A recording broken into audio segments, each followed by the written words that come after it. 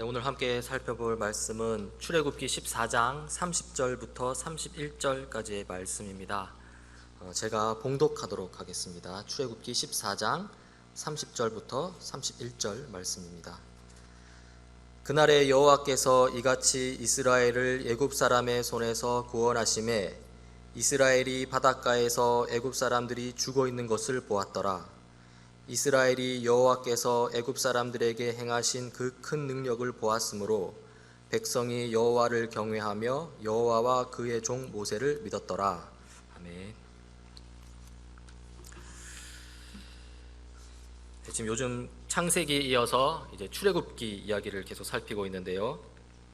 이 출애굽기 이야기에서 70명에 불과하던 이스라엘 자손들이 430년 동안 이집트에서 지내면서 그 수가 100만 명 이상이 된 것을 보았습니다.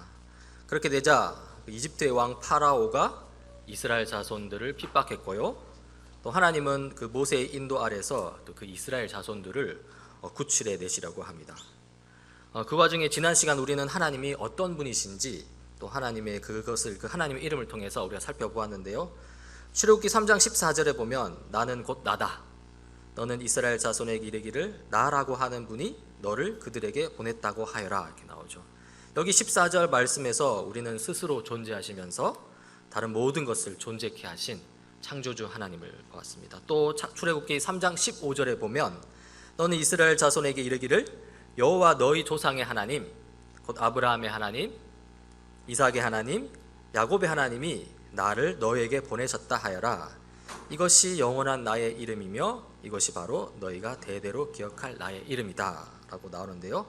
여기 15절에서 우리는 아브라함을 통해 모든 민족과 온 세상을 구원하시려는 이 구속주 하나님을 볼 수 있습니다. 더불어 이 15절 말씀을 통해서 이 아브라함만이 아니라 그의 아들 이삭 또 그의 손자 야곱에 이르기까지 변치 않고 당신의 구속 역사를 이루어 가시는 신실하신 하나님도 보았습니다. 그렇죠. 여기서 하나님은 창조주시다 했을 때 하나님 창조주 하나님을 아버지로 모시고 있는 우리는 또 얼마나 든든한지 모릅니다. 온 세상 만물을 자기 것으로 두시는 하나님은 우리의 필요를 채우고도 남는 하나님입니다. 지금 좀 부족해도 괜찮습니다. 결국에 하나님께서 모두 다 채워주실 것입니다. 또 하나님은 구속주시다 했는데요. 구속주 하나님을 아버지로 모시고 있는 우리는 또 얼마나 안전한지 모릅니다.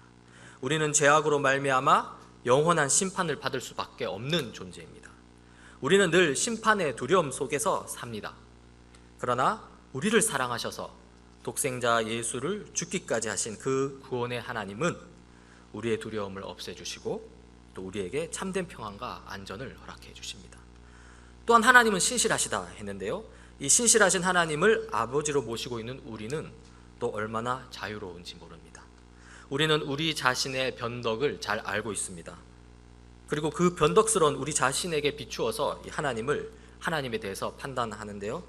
내가 잘하면 이제 하나님께서 나를 구원하신다 싶어가지고 좀 이렇게 자랑스러워하고요. 내가 실수하면 하나님께서 나를 구원하시지 않으면 어떻게 하지? 하면서 두려워합니다. 그런 식으로 변덕스러운 하나님으로 오해를 하는 것이죠. 하지만 하나님은 그런 분이 아닙니다. 하나님은 나의 어떠함과 상관없이 내가 잘났든 못났든 변치 않고 신실하게 우리를 사랑하시는 분입니다. 그리고 그 진리를 믿고 그 진리 안에서 우리가 자유를 누리게 되는 것이죠. 자, 이제 오늘 본문으로 들어가 보려고 하는데요. 이 하나님께서 자기 자신이 누구인지 소개한 다음에 이제 이스라엘 자손들을 이집트로부터 구출해 나가는 작업을 이제 실제로 시작해 나가십니다. 이스라엘을 이 백성을 구출하기 위해서 이집트를 이렇게 어떻게 처리를 해야 되는데요. 이집트 왕 파라오가 지금 이스라엘 민족을 못 나가게 지금 막고 있어서 그렇습니다. 처음에 하나님은 여러 기적들을 통해서 이집트 왕을 설득하려고 합니다. 그러나 파라오는 그 마음이 완악해져서 이스라엘 자손을 풀어주기를 끝까지 거부합니다. 그러다가 10번째 재앙을 맞이하게 되죠. 하나님께서 한밤중에 이집트 땅에 있는 처음 난 모든 것을 모조리 죽이셨습니다. 이게 10번째 재앙의 내용인데요. 이집트 왕 파라오의 장자뿐만 아니라 감옥에 있는 죄수들의 장자, 심지어 짐승들의 처음 난 것들까지 모조리 죽입니다. 이 장자의 죽음 앞에서 그토록 완고했던 이집트 왕 파라오가 무너집니다. 그리고 그날 밤 파라오는 모세를 부릅니다. 그리고 다음과 같이 말합니다. 너희와 너희 이스라엘 자손은 어서 일어나서 내 백성에게서 떠나가거라. 그리고 너희의 요구대로 너희는 가서 너희의 주를 섬겨라. 너희는 너희가 요구한 대로 너희의 양과 소도 몰고 가거라. 그리고 내가 복을 받게 빌어라. 이렇게 해서 이스라엘 자손들은 이집트를 탈출합니다. 이집트를 탈출해서 약속의 땅 가나안으로 향하는데요, 여자와 아이를 제외하고 어른 남자만 60만 명이 된다고 성경이 기록합니다. 그래서 아마 전부 다 합하면 100만에서 200만 정도 될 것이라고 추측을 하는데요, 이 큰 이 수가 이제 이집트를 떠나서 가나안 땅으로 가게 되는 것이죠. 이집트에서 가나안 땅으로 가는 가장 가까운 길은 지중해 해안을 따라가는 길입니다. 블레셋 평야라고 하는데요, 그 이름대로 평지가 이어지는 평탄한 길입니다. 그 길로 가면 좋은데, 문제는 그 길이 블레셋 사람들의 땅이라는 것이죠. 블레셋 사람 입장에서 남자 어른만 60만 명이 되는, 그러니까 100만에서 200만 명이 되는 이 큰 민족이 자기 땅에 들어오는 것을 지켜봐야 된다는 것인데요, 그걸 결코 쉽게 허락할 수 없을 것입니다. 그러니까 이스라엘 민족이 억지로 블레셋 평야 길을 가려고 했다가는 이스라엘과 블레셋 사이에 전쟁이 일어날 것이 뻔하다는 것이죠. 그래서 성경은 이렇게 기록합니다. 바로는 마침내 이스라엘 백성을 내보냈다. 그렇죠. 그러나 그들이 블레셋 사람의 땅을 거쳐서 가는 것이 가장 가까운데도 하나님은 백성을 그 길로 인도하지 않으셨다. 그것은 하나님이 그 백성이 전쟁을 하게 되면 마음을 바꾸어서 이집트로 되돌아가지나 않을까 하고 염려하셨기 때문이다. 전쟁이 날 경우 이스라엘 자손들이 다시 이집트로 돌아가자고 할 게 뻔했습니다. 이스라엘 자손들은 430년 동안 이집트의 노예로 지냈습니다. 단순히 육체적으로만 노예가 아니었습니다. 정신적으로도 노예 상태였습니다. 이집트로부터 온갖 수모를 당하면서도 또 이집트를 철저히 의지하고 있는 그런 노예 상태라는 것이죠. 따라서 이 민족이 위기를 경험하게 되면 그 이집트 노예된 본성이 그대로 흘러나오게 된다는 것입니다. 블레셋과의 전쟁 위기를 경험하게 되면 다시 이집트로 되돌아가자고 할 게 뻔하다는 것이죠. 그래서 하나님께서 이스라엘 자손들을 아무도 살지 않고 또 아무도 방해하지 않는 광야길로 이끄십니다. 광야는 환경이 좋지 못합니다. 낮에는 덥고 밤에는 춥습니다. 길도 거칩니다. 전쟁을 피할 수는 있지만 그러나 매우 힘든 여정이라는 것이죠. 이런 상황에서 하나님께서 이스라엘 자손과 함께 하십니다. 성경에 이렇게 기록되어 있습니다. 주님께서는 그들이 밤낮으로 행군할 수 있도록 낮에는 구름 기둥으로 앞서 가시며 길을 인도하시고 밤에는 불 기둥으로 앞길을 비추어 주셨다.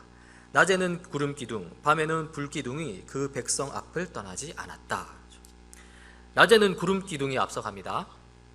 이 구름 기둥이라고 해서 연기 같은 것이 길쭉한 것이 이스라엘 조선 앞에서 이스라엘 자손들이 앞에 기둥처럼 길게 쭉 서 있기만 하지는 않았을 것입니다.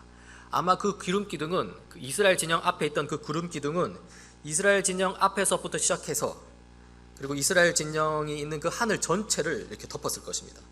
그래서 이스라엘 자손들이 낮 동안 그 강한 햇빛과 더위로부터 고통당하지 않도록 그렇게 보호했을 것을 우리가 생각할 수 있는 것이죠. 또 밤에는 불기둥이 앞서갑니다. 불기둥은 어두운 밤에 그 길을 밝혀주는 것이죠. 그러나 그뿐만 아니라 이 불기둥은 이스라엘 자손들이 그 광야의 추운 밤을 견딜 수 있게 해주었을 것이라고 우리가 충분히 추측할 수 있습니다. 이렇게 구름 기둥과 불 기둥은 하나님께서 이스라엘 자손들을 매우 소중히 여기고 있음을 보여주는 것입니다. 이스라엘 자손은 구름 기둥과 불 기둥을 보면서 하나님이 자기들과 함께 하시는 분이심을 알게 되었을 것입니다. 그렇게 이스라엘 자손들은 이집트 땅을 떠나서 약속의 땅 가나안으로 향했습니다. 그런데요, 문제가 발생했습니다. 이스라엘을 놓아주겠다던 이집트 왕 파라오가 이 생각을 바꾸는 것이죠. 처음에 그 10번째 재앙으로 인해서 장남을 잃었을 때는 이 온몸에 힘이 빠지고 정신이 아득해지면서 이스라엘 자손들을 그냥 놓아주어야겠다 했을 것입니다. 그러나 시간이 얼마 흐르고 이제 정신이 들면서 그 완고한 마음이 다시 파라오를 사로잡았습니다. 장남까지 잃은 마당에 더 이상 손해볼 것이 무엇이냐 하는 생각이 들었을 것이라는 것이죠. 그래서 다시 이스라엘을 노예로 잡아들여야겠다라는 생각을 했다는 것입니다. 성경에 따르면 이집트 왕은 이스라엘 자손들을 놓아준 것을 후회했다고 나옵니다. 그동안 이스라엘 백성을 노예로 잘 부려먹었는데 이제 그렇게 하지 못하게 되었다는 것이죠. 그리고는 이 이스라엘 백성을 다시 잡아들이기 위해서 군대를 이끌고 나섭니다. 특수병거 600대로 편성된 정예부대, 그리고 장교들이 지휘하는 이집트 병거 부대를 이끄는데요, 그냥 완전 기계화 부대인 것이죠. 이집트 왕 자신이 직접 선두에 나섭니다. 이집트 왕의 마음에는 장남을 잃은 데서 오는 복수심이 가득합니다. 그 시간 이스라엘 백성은 이제 막 이집트를 떠나서 홍해 큰 바다를 앞두고 있습니다. 가나안 땅으로 가기 위해서는 이 큰 바다를 건너야 하는데요, 그런데 저 멀리 뒤에서 이집트 군대가 흙먼지를 일으키면서 쫓아오는 게 보입니다. 이집트 군대를 본 이스라엘 백성들은 크게 동요합니다. 두려워하는 것이죠. 일부는 구름 기둥과 불 기둥으로 이끄시는 하나님께 부르짖기도 했고요, 그렇지만 더 많은 큰 수 일부는 모세를 원망하기 시작합니다. 성경에 따르면 이렇게 말하면서 모세를 원망합니다.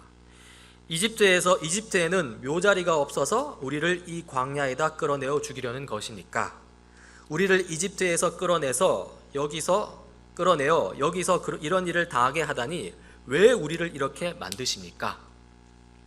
이집트에 있을 때 우리가 이미 당신에게 말하지 않았습니까? 광야에 나가서 죽는 것보다 이집트 사람을 섬기는 것이 더 나으니 우리가 이집트 사람을 섬기게 그대로 내버려 두라고 하지 않았습니까? 보십시오. 이스라엘 백성은 구름 기둥과 불 기둥으로 이끄시는 하나님을 앞에 두고 있습니다. 그리고 이스라엘 백성은 특수병거 600대를 이끌고 추격해오는 이집트 왕을 뒤에 두고 있습니다. 여기서 이스라엘 백성은 누구를 더 두려워하고 있습니까? 하나님입니까? 아니면 이집트 왕입니까? 이집트 왕입니다.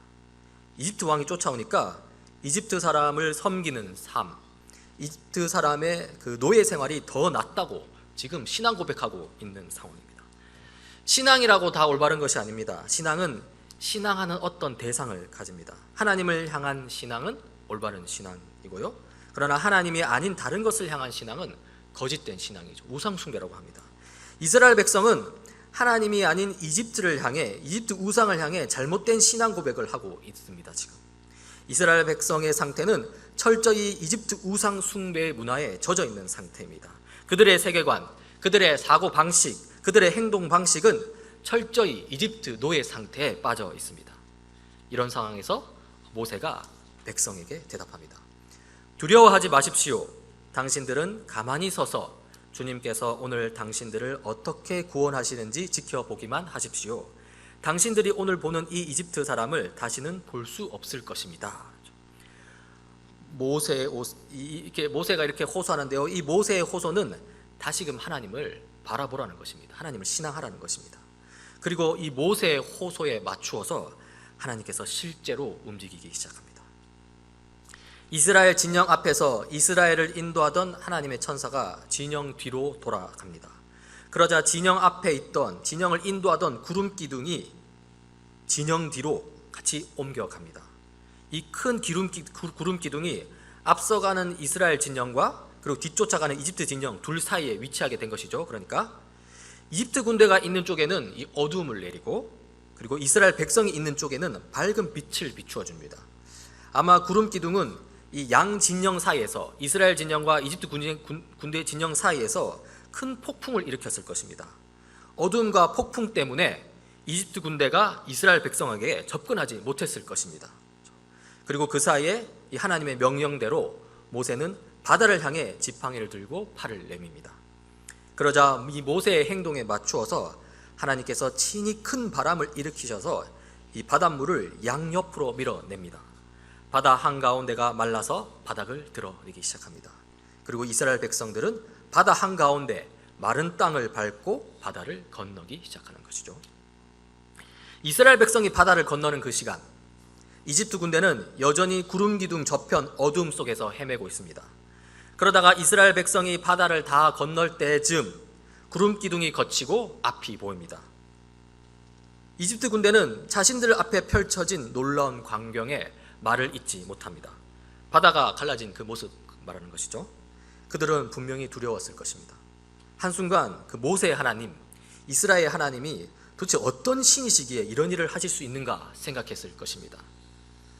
그러나 분노와 복수심에 가득 찬 파라오이죠. 파라오는 군대를 이끌고 이스라엘 백성을 쫓아 바다 한가운데로 난 길로 뛰어듭니다. 이스라엘 백성을 쫓기 시작합니다. 그러자 하나님께서 불기둥과 구름기둥을 이집트 군대로 보냅니다. 두려움을 불러일으키는 불기둥과 폭풍과 같은 구름기둥은 이집트 군대를 더 큰 혼란으로 빠뜨립니다. 도저히 앞으로 나아갈 수가 없습니다. 바다 한가운데 지금 갇힌 것이죠. 그리고 그제서야 그들은 깨달았습니다. 모세의 하나님, 이스라엘 하나님은 진짜 하나님이시다. 이집트 군인들이 서로 외치기 시작합니다.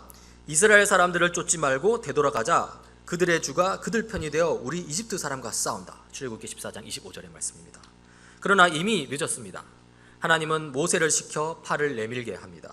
그리고 모세가 팔을 들고 온 바다를 향해 건너온 바다를 향해 팔을 내밀었을 때 양옆으로 갈라졌던 바다가 하나로 합쳐졌습니다. 두려움 속에서 혼란에 빠졌던 이집트 군대가 물에 빠져 전멸하는 순간입니다. 그리고 이집트로부터 이스라엘이 확실한 구원을 얻는 순간입니다. 10가지 재앙, 구름과 불기둥, 구름기둥과 불기둥, 그리고 이스라엘을 구원하고 이집트를 심판하시기 위해 바다를 가르심, 이 사건들을 통틀어서 우리 출애굽 사건이라고 하는데요. 출애굽 사건은 이스라엘 역사에서 반복해서 언급되는 사건입니다. 제가 몇 가지 한번 갖고 왔는데요. 사사시대에도 나옵니다. 주님께서 이스라엘 자손에게 한 예언자를 보내어 말씀하셨다. 나 주 이스라엘의 하나님이 말한다. 바로 내가 너희를 이집트에서 나오게 하였고 종살이하던 집에서 너희를 이끌어내었다. 이렇게 하면서 출애굽 사건을 상기시킵니다. 그리고 사무엘의 시대입니다. 사무엘이 백성에게 말하였다. 모세와 아론을 세우시고 당신들의 조상을 이집트 땅에서 데리고 올라오신 분이 바로 주님이시다. 출애굽 사건을 다시 상기시키죠. 또 왕정시대, 그 이후에 왕정시대입니다. 오직 큰 능력으로 팔을 펴시어 너희를 이집트 땅에서 이끌어내신 그분 주님만을 경외하고 그분에게만 절하고 제사를 드려야 한다. 그 이후에 왕정 말기에 이사야 시대입니다. 주님께서 남은 백성 곧 아시리아의 남은 자들이 돌아오도록 큰 길을 내실 것이니 이스라엘이 이집트 땅에서 올라오던 날과 같게 하실 것이다. 이때도 출애굽 사건을 상기시킵니다. 또 예레미야 선지자 때도 있습니다. 너희 조상이 이집트 땅에서 나온 날로부터 오늘까지 내가 나의 종 예언자들을 너희에게 보내고 또 보냈다. 그리고 포로 시대, 다니엘이 있던 포로 시대에도 있습니다. 강한 손으로 주님의 백성을 이집트 땅에서 인도하여 내시고 오늘과 같은 명성을 얻으신 주 우리 하나님, 우리가 죄를 짓고 악한 일을 저질렀습니다. 이렇게 다니엘을 고백하면서 출애굽 사건을 상기하고 있는 것을 볼 수 있는 것이죠. 지금 제가 꽤 많은 구절을 가져왔는데요. 이것은 이스라엘 구약 성경 전체가 아니라 아주 일부입니다. 더 많습니다. 이스라엘 역사에서 출애굽 사건은 이스라엘 백성이 반드시 기억해야 할 매우 중요한 사건입니다. 그만큼 구약 성경은 출애굽 기적 사건을 자주 반복해서 언급합니다. 자, 그러면 출애굽 사건을 통해서 알 수 있는 우리 핵심적인 사실은 무엇입니까? 그것은 바로 이스라엘 백성이 하나님의 백성이라는 것입니다. 하나님의 백성이기 때문에 하나님께서 이스라엘 백성을 이집트 노예로 그냥 두시지 않고 건져내셨다는 것이죠. 하나님의 백성이 아니었다면 굳이 이집트에서 건져내실 필요가 없었습니다. 그 당시 노예 생활은 힘의 논리가 통용되는 세상에서 누구나 경험하는 어찌 보면 자연스러운 일입니다. 그냥 누구는 지배하고 누구는 지배당하고 그런 세상이라는 것이죠. 하나님께서 그냥 지나쳐도 아무 할 말 없는 것입니다. 그러나 하나님은 이스라엘 백성을 구원하셨습니다. 10가지 재앙을 보여주시고 구름기둥과 불기둥으로 인도하시고 바다를 가르셔서 이스라엘 백성을 괴롭히던 이집트를 심판하셨습니다. 이렇게 큰 기적들을 보여주신 것은 이스라엘의 조상 아브라함과 약속하신 바 이스라엘 백성이 바로 하나님의 백성이기 때문입니다. 하나님의 백성됨, 이것이 바로 이스라엘 백성이 기억해야 될 그들의 정체성입니다. 하나님의 백성됨, 이것은 하나님께서 베푸신 큰 기적이 알려주는 것입니다.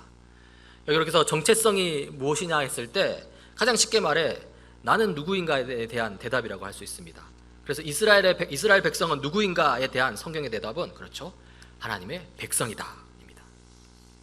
자, 그러면 우리 자신에게 질문해 봅시다. 나는 누구인가?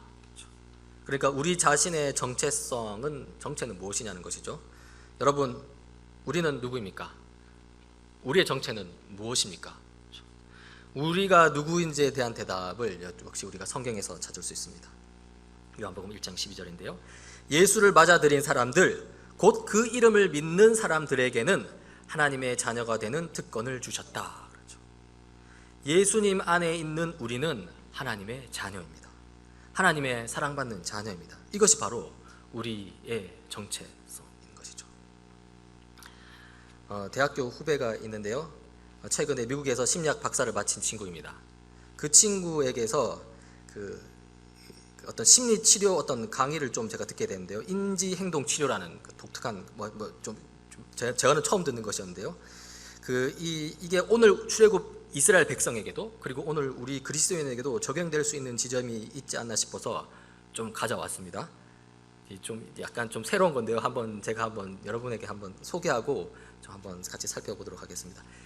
인지 행동 치료가 하라고 하니까 굉장히 뭔가 어색하고 그런데 그렇게 어려운 건 없습니다. 한번 같이 집중해서 들어보면 들어보면서 이것을 좀 출애굽 이스라엘 백성과 우리 상황에 한번 대입해 보면 한번 좀 우리에게 주는 바가 있다 생각 들어서 가져왔습니다. 인지 행동 치료라고 했는데요. 이게 뭐냐면 그러니까 생각하고 신념하는 것과 이 행동을 어떻게 좀 해가지고 심리 치료를 해보자는 것입니다. 이 인지 행동 치료를 간단하게 정의하자면 이제 생각과 신념, 행동을 바꾸어서 몸과 마음이 건강한 온전한 인간으로 서도록 하는 치료라고 할 수 있는 것 같습니다. 여기서 생각, 신념을 바꾸고 그리고 행동을 바꾼다고 했는데요. 생각과 신념을 바꾸는 것은 인지 치료에 해당하는 것이고요. 그다음에 행동을 바꾸는 것은 이제 말 그대로 행동 치료에 해당합니다. 이 인지와 행동 이 두 가지 측면을 병행해서 한 인간을 치료해 보자는 것이죠. 한 인간을 회복시켜 보자는 것이죠. 그래서 인지 행동 치료입니다. 인지에 해당하는 생각과 신념을 바꾼다는 것은 이제 오래되고 굳은 잘못된 사고 방식을 바꾼다는 말이고요. 그리고 행동을 바꾼다는 것은 오래되고 굳은 잘못된 행동 방식을 바꾼다는 의미입니다. 그래서 새롭고 올바른 사고 방식, 새롭고 올바른 행동 방식을 가진 온전한 한 인간으로 서자는 것입니다. 여기서 오래되고 굳은 사고 방식을 이 새롭고 올바른 사고 방식으로 바꾸는 것을 인지 재구조화라고 하더라고요. 말이 어렵지만 한마디로 이 생각과 신념을 재설정한다는 것입니다. 잘못된 것을 새로운 것으로 바꿔보자는 것입니다. 그래서 인지 재구조화입니다. 그리고 오래되고 굳은 행동 방식을 잘못된 행동 방식을 새롭고 올바른 행동 방식으로 바꾸는 것을 이 행동 활성화라고 합니다. 그게 뭐냐면은 내 안에서 제외되었던 새로운 행동 방식을 한번 활성화시켜가지고 그것을 내 행동 방식으로 한번 정착시켜보자라는 것이죠. 심리학 전문 용어로 쓰니까 좀 헷갈리 쓰는데요. 쉽게 말해서 이 인지와 행동 이 두 가지 측면에서 잘못된 것을, 잘못된 생각과 잘못된 행동을 버리고 새로운 생각과 새로운 행동을 가져와서 나의 정체성으로 삼자는 것입니다. 여기서 중요한 것은 이 인지행동 치료에서 중요한 것은 뭐냐면 오래되고 잘못된 것을 버리고 그리고 새롭고 올바른 것을 습득하기 위해서는 연습이 필요하다는 것입니다. 훈련이 필요하다는 것입니다. 그냥 저절로 되는 것이 아니라고요. 이 반복적인 훈련 그것이 필요하다는 것을 강조합니다. 여기서 먼저 이제 좀 더 자세히 살펴보려고 하는데요. 먼저 이 인지 측면에서 좀 심리 치료를 살펴보겠습니다. 그런데요. 오래되고 굳은 사고 방식을 이제 새롭고 올바른 사고 방식으로 바꾸는 것이죠. 이 사고를 바꾸는 겁니다. 이게 인지 재구조화라고 했는데요. 생각을 완전히 재설정하는 것인데요. 이걸 위해서는 이 기존의 잘못된 생각과 신념을 찾아야 합니다. 찾는 게 필요합니다. 오래되고 굳은 나의 생각과 신념을 찾는 것이죠. 그리고 그 기존의 생각과 신념을 평가해야 합니다. 오래되고 굳은 생각과 신념에서 잘못된 것은 무엇인지 이제 찾고 평가하는 것이죠. 그 다음에 그 기존의 생각과 신념을 다른 것으로 대체해야 됩니다. 바꿔야 합니다. 즉 새롭고 올바른 생각과 신념으로 나의 사고 방식을 대체하는 것입니다. 이렇게 찾고 평가하고 바꾸는 올바른 것으로 대체하는 이 작업은 저절로 이루어지는 것이 아닙니다. 가만히 생각만 하고 있어서는 그렇게 치료가 회복이 이루어지지 않고요. 그리고 뭐 그냥 낙관적으로 생각해, 그냥 긍정적으로 생각해라는 그런 조언, 그런 것으로도 충분하지 않는 것입니다. 그래서 이 인지행동 치료에는 어떻게 하냐면은 이 인지 재구조와 이 생각 사고 방식을 바꾸기 위해서 생각 기록이라는 이 실천적인 방법을 제시합니다.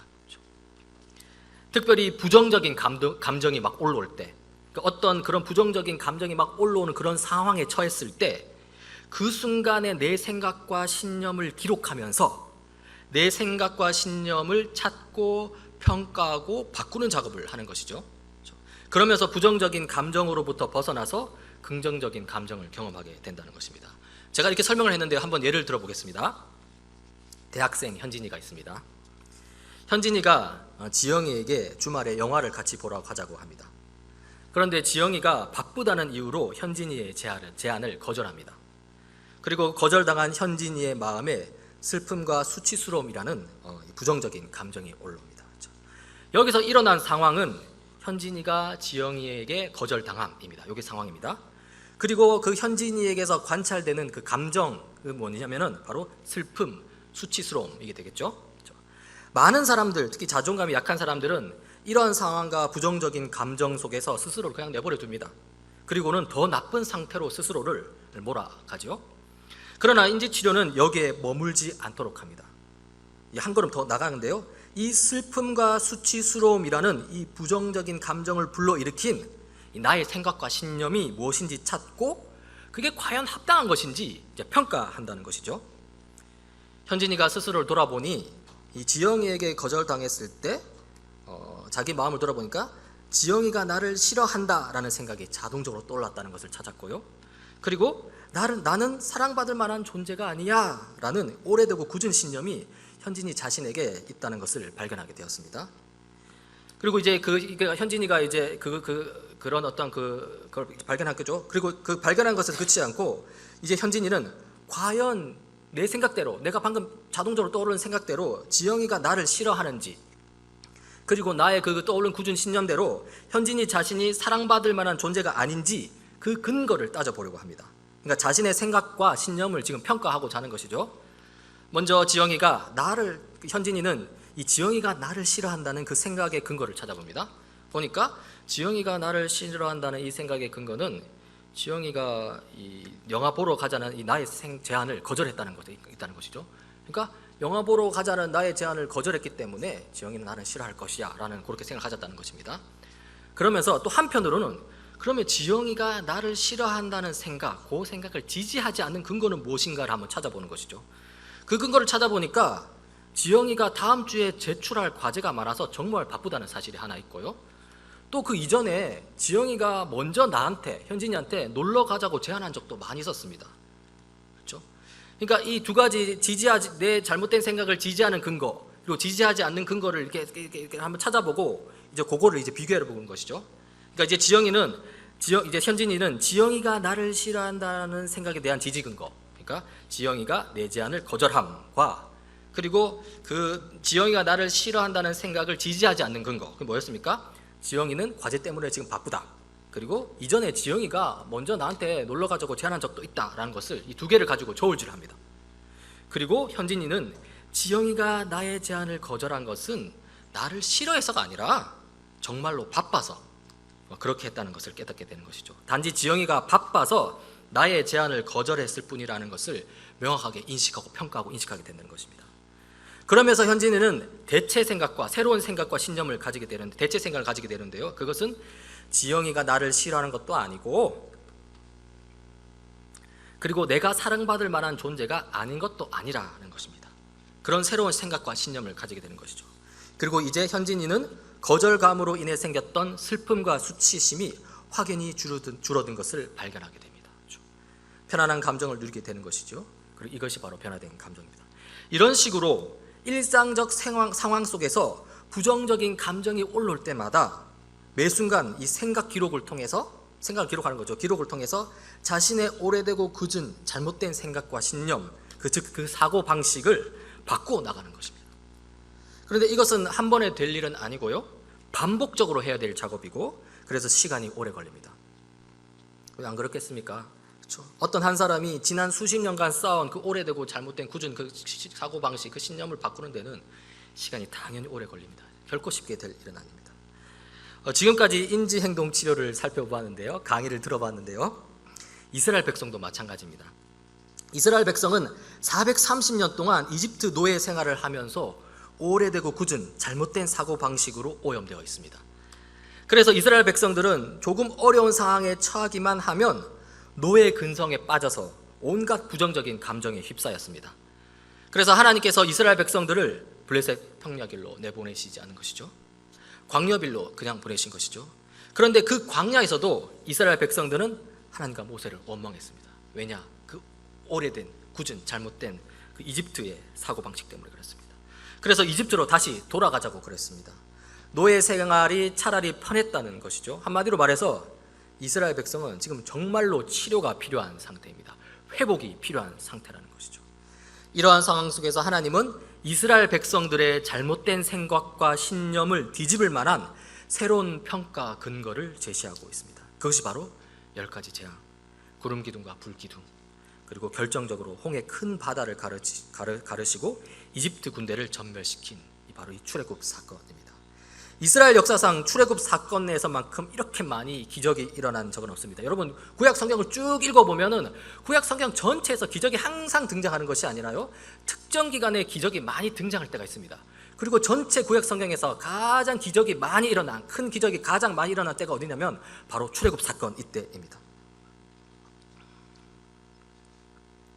기적이 무엇입니까? 기적은 자연 법칙을 거스르는 이 기존의 상식으로는 생각할 수 없는 기이한 일입니다. 그렇죠? 그러니까 하나님은 이 출애굽 기적을 통해서 이스라엘 백성이 기존에 자기들이 이집트 노예 생활 속에서 상식적으로 가지던 잘못된 생각과 신념을 바꾸도록 열심을 다하고 계신다는 것이죠. 이스라엘 백성의 노예 상태를 치료하시기 위해서 하나님이 온 힘을 다하고 계신다는 것이죠. 바로 출애굽 기적을 통해서 이스라엘 백성들이 이집트의 노예가 아니라 하나님의 백성이라는 사실을 그들의 생각과 신념에, 그들의 세계관에 심어주시려는 것입니다. 이집트 노예의 사고방식을 하나님 백성의 사고방식으로 바꾸는 것입니다. 그런데 이 일은 생각처럼 간단하게 일어나는 일이 아닙니다. 그래서 하나님은 이 출애굽 사건을 이스라엘 구약 역사 속에서 반복적으로 언급하는 것이죠. 아까 제가 말씀드렸듯이요, 계속해서 기억하라는 것입니다. 계속적으로 묵상하고 기억하면서 받아들이면서 자기가 기존에 가지고 있던 잘못된 사고방식들을 새로운 하나님의 백성이라는 새로운 방식으로 고쳐나가라는 것이죠. 이스라엘 백성을 이야기했는데요, 이스라엘 백성만이 아닙니다. 우리도 마찬가지입니다. 우리는 죄의 노예로 있던 사람들입니다. 죄의 노예라는 오래되고 굳은 잘못된 생각과 신념으로 살던 사람들입니다. 스스로에 대한 평가, 세상에 대한 평가가 완전히 오염되어 있는 사람들입니다. 스스로에 대해서 지나치게 열등감에 빠지거나 아니면 지나치게 우월감에 빠져있던 사람들입니다. 세상에 대해서 자포자기의 심정으로 그저 순응하고 타협하며 살거나 아니면 강한 분노로 세상을 욕하며 사는 사람들입니다. 이런 상황 속에서 하나님께서 전혀 새로운 상황을 주셨습니다. 나에 대해서 그리고 세상에 대해서 완전히 다른 정체성을 부여해 주셨고요, 완전히 다른 평가 근거를 주셨다는 것입니다. 그것이 바로 우리가 하나님의 자녀라는 사실입니다. 그리고 이 사실, 하나님의 자녀라는 이 사실을 지지해 주는 평가 근거, 바로 예수 십자가 부활 사건이 바로 있다는 것이죠. 하나님이 인간이 되셨다, 이거 엄청난 기적입니다. 하나님이 십자가에 달려 죽으셨다, 이거 엄청난 기적입니다. 그리고 하나님이 부활하셨다, 이것도 기적이죠. 그렇다면 왜 하나님께서 인간이 되셨고, 왜 십자가에서 죽으셨고, 왜 부활하셨습니까? 바로 나를 사랑하셔서, 바로 이 세상을 사랑하셔서 그렇게 하신 것입니다. 요한복음 3장 14절입니다. 하나님이 세상을 이처럼 사랑하사 독생자를 주셨으니 이는 그를 믿는 자마다 멸망하지 않고 영생을 얻게 하려 하심이라. 하나님은 세상을 사랑하십니다. 그리고 하나님은 그를 믿는 자를 사랑하십니다. 이것이 바로 우리가 세상을 평가하고 나를 평가하는 객관적인 근거가 되어야 합니다. 우리는 우리 자신과 세상에 대한 객관적인 근거가 가득한 이 말씀 위에 서야 합니다. 천지 창조에서부터 출애굽 사건을 거쳐서 예수 십자가 부활에 이르기까지, 그리고 미래 예수 재림을 바라보면서 이것만이 우리 자신과 세상을 규정하고 평가하는 근거가 되어야 합니다. 이것을 반복적으로 기억하고 묵상함으로써 우리의 오래되고 굳은 잘못된 사고방식, 죄에 노예된 사고방식을 바른 성경적 사고방식, 하나님의 자녀라는 사고방식으로 천천히 꾸준히 바꾸어 나가도록 해야 된다는 것이죠. 우리는 죄의 노예가 아닙니다. 우리는 하나님의 자녀입니다. 세상은 불타 없어질 악한 곳이기만 한 것이 아닙니다. 세상은 회복될 하나님의 나라입니다. 하나님의 자녀라는 새로운 정체성을 우리는 누려야 합니다. 하나님의 나라라는 새로운 세상을 우리는 또 누려야 합니다. 하나님은 이 세상을 창조하셨습니다. 모든 필요를 채우시는 창조주 하나님 아래에서 하나님의 자녀가 가질 수 있는 든든함을 누릴 수 있기를 바랍니다. 하나님은 이 세상을 구속하셨습니다. 심판의 두려움에서 벗어나 구속주 하나님 아래에서 하나님의 자녀가 가질 수 있는 안전함을 누리시길 바랍니다. 그리고 하나님은 신실하십니다. 변치 않는 하나님의 사랑 아래에서 하나님의 자녀가 가질 수 있는 참된 자유를 누리시길 바랍니다. 우리는 참으로 하나님의 자녀입니다. 십자가 부활 사건이, 성경이 이 모든 사실을 지지해 줍니다. 설교를 마치려고 하는데요, 아까 우리 인지행동치료에서 제가 인지치료 측면을 좀 자세하게 다루었습니다. 그러면서 행동치료는 좀 다루지 않은데요, 이 행동치료에 대해서 짧게 언급하고 마치겠습니다. 인지재구조화, 인지 측면이죠. 이라는 이 생각 기록을 통해서 우리가 인지치료를 한다고 그랬는데요, 이것과 병행해서 이 행동치료가 있습니다. 그렇죠. 행동치료 측면에서는 어떻게 하냐면 이 오래되고 굳은 잘못된 행동 방식을 새롭고 올바른 행동 방식으로 대체하려고 하는데요, 이것을 위해서 행동 활성화라는 개념을 가져옵니다. 그러니까 인지 쪽에서는 인지 재구조화, 행동 쪽에서는 행동 활성화라고 하는데요, 쉽게 말해서 기존에는 하지 못했던 그런 어떤 행동, 새로운 행동을 한번 작게나마 시도해보자라는 것이죠. 그래서 그것이 바로 행동 활성화인데요, 가령 맨날 집에만 갇혀있던 사람이 있다면 하루에 10분 정도 산책해보자는 것이죠. 작은 행동입니다. 그거를 통해서 이제 말씀. 그 다음에 다른 사람과 대화하는 것을 어색하게 여기고 두려워하는 사람이 있다면 어떤 모임에 나가보는 것이죠. 그리고 거기서 처음부터 막 깊은 대화를 막 하려는 것이 아니라 그냥 통성명부터 해보는 겁니다. 그래서 이제 이렇게 작은 행동을 실천하면서 거기서 새로움과 기쁨을 경험하게 되고 점차 그 새로운 행동을 활성화시켜 나가는 것입니다. 이것을 우리 그리스도인들은 어떻게 좀 적용시켜 볼 수 있을까요? 바로 말씀에 대한 작은 순종이라고 할 수 있겠습니다. 처음부터 큰 순종을 하려고 하지 말고요, 작은 것부터 실천해 보는 것이죠. 우리 손장로님께서 하시는 말씀이기도 합니다. 이웃을 사랑하라는 하나님의 말씀이 있다면 어려운 이웃을 돕기 위해 적은 금액이라도 후원 계좌를 한번 열어본다든지, 또는 회사 동료에게 작은 친절을 베풀어 본다든지, 또는 교회 지체들을 위해 자신이 가진 은사를 한번 자금 사용해 본다든지, 이렇게 하면서 작은 것부터 시작해 보는 것이죠. 그렇게 하면서 하나님 자녀로서의 새로운 행동 방식을 익혀간다는 것입니다. 그렇게 순종하면서 그전에는 경험해 보지 못했던 하나님을 경험하게 되고요, 그러면서 오래되고 굳은 잘못된 행동 방식, 사고 방식, 세계관을 버리고 새롭고 올바른 성경적 세계관을 형성하게 된다는 것입니다. 말씀에 따라 이 하나님의 자녀라는 정체성을 꼭 기억하고, 더불어 말씀에 따라 하나님의 자녀답게 살 수 있는 우리 모두가 되길 간절히 바랍니다.